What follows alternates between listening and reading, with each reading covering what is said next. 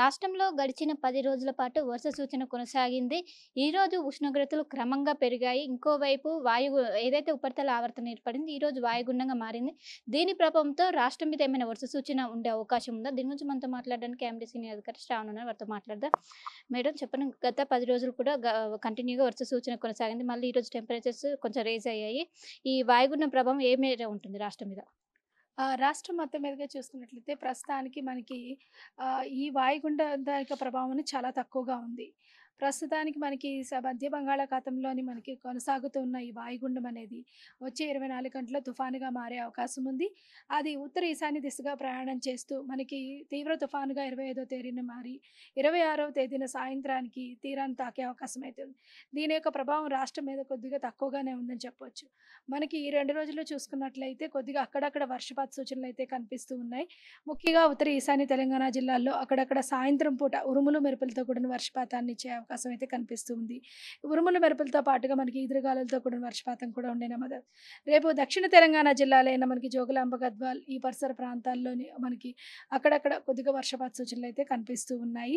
ఈ వర్షపాతంతో పాటుగా మనకి ఈ ఉష్ణోగ్రతలు కూడా క్రమేపీనా పెరుగుతూ వస్తూ ఉన్నాయి. గత 2 రోజులుగా చూసుకున్నట్టయితే ఉత్తర తెలంగాణ జిల్లాల్లోని పొడి వాతావరణంతో పాటు అక్కడక్కడ వర్షపాతం ఉన్నప్పటికీ చాలా వరకు ఉష్ణోగ్రతలు అయితే పెరుగుతూ వస్తూ ఉన్నాయి. గత 2 రోజుల నుంచి ఆదిలాబాద్ పరిసర ప్రాంతాల్లో 40-42 డిగ్రీల మేర ఉష్ణోగ్రతలు నమోదవుతూ వస్తున్నాయి. ఇదే విధమైన వాతావరణం మనకి వచ్చే వారం రోజులు కూడా కొనసాగే అవకాశం ఉంది.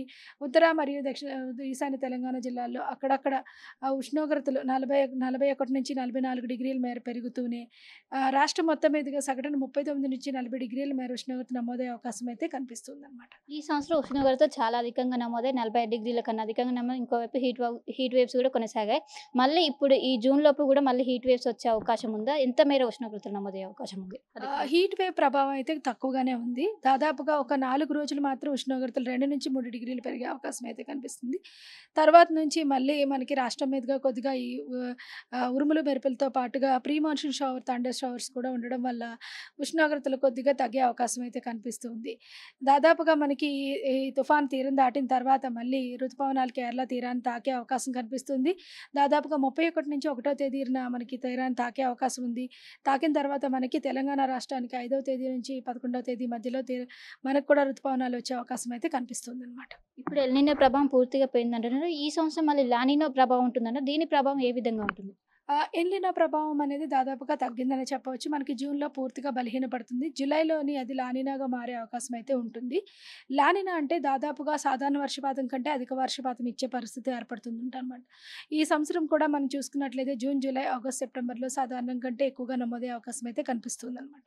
ప్రస్తుతం రుతుపవనాల కదలిక ఏ విధంగా ఉంది? చురుగ్గా కదులుతుందా? ఏమైనా బలహీనపడే అవకాశం ఉందా? ప్రస్తుతానికి మనకి బంగాళాఖాతంలోని కొద్దిగా ఈ అల్పపీడన వాయుగుండ ప్రభావం వల్ల కొద్దిగా మనకి ఆలస్యం అవుతాయి. కానీ తర్వాత నుంచి ఈ ప్రభావం 26వ తారీఖున పూర్తిగా మనకి తగ్గిపోతుంది కాబట్టి 27 నుంచి మరింత చురుగ్గా కదిలే అవకాశం అయితే కనిపిస్తుంది. ఈ 2 డేస్ ఏమైనా జీహెచ్ఎంసీ పరిధిలో వర్షాలు పడే అవకాశం ఉందా? జీహెచ్ఎంసీ పరిధిలో చూసుకుంటే కొద్దిగా మేఘావృతమైన వాతావరణం ఉంటుంది. అక్కడక్కడ జల్లులు అయితే కురుస్తాయి ఈ ఒక్కరోజు. రేపు కూడా కొద్దిగా పొడి వాతావరణమే పూర్తిగా ఉంటుందన్నమాట. కొద్దిగా ఉక్కపోత వాతావరణం కూడా ఉండే అవకాశం అయితే కనిపిస్తుంది. నైట్ పూట టెంపరేచర్స్ ఏ విధంగా నమోదవుతున్నాయి? రాత్రిపూట ఉష్ణోగ్రతలు కూడా సాధారణంగానే నమోదవుతున్నాయి. సాధారణం కంటే మనకి చూసుకున్నట్లయితే రాష్ట్రం మొత్తం మీద 1 డిగ్రీ తక్కువగానే నమోదవుతున్నాయి. అంటే ఈ టెంపరేచర్ పూర్తిగా నార్మల్ పొజిషన్ ఎప్పుడు వస్తాయి? దాదాపుగా మనకి మాన్సూన్ ఆన్సెట్ అయితే దాదాపుగా సాధారణ పరిస్థితికి చేరుకుంటుందన్నమాట. ఈ 3 డేస్ ఏమైనా అలర్ట్స్ గుట్లా ఇస్తున్నారా? ప్రస్తుతానికి అలర్ట్స్ అంటూ లేవు. ఓన్లీ ఈ థండర్ స్టార్మ్ అలర్ట్ అయితే ఈరోజు రేపు నడుస్తుందన్నమాట. ఈదురుగాలు, పిడుగుపాటు వీటికి సంబంధించి ఈదురుగాలులు అయితే ఉన్నాయి. పిడుగుపాటు అనేది మాత్రం కొంచెం తక్కువగా ఉందని చెప్పొచ్చు అనమాట. అసలైన తొలి వెలుగు. ఫాలో వాట్సాప్ @తొలి వెలుగు official.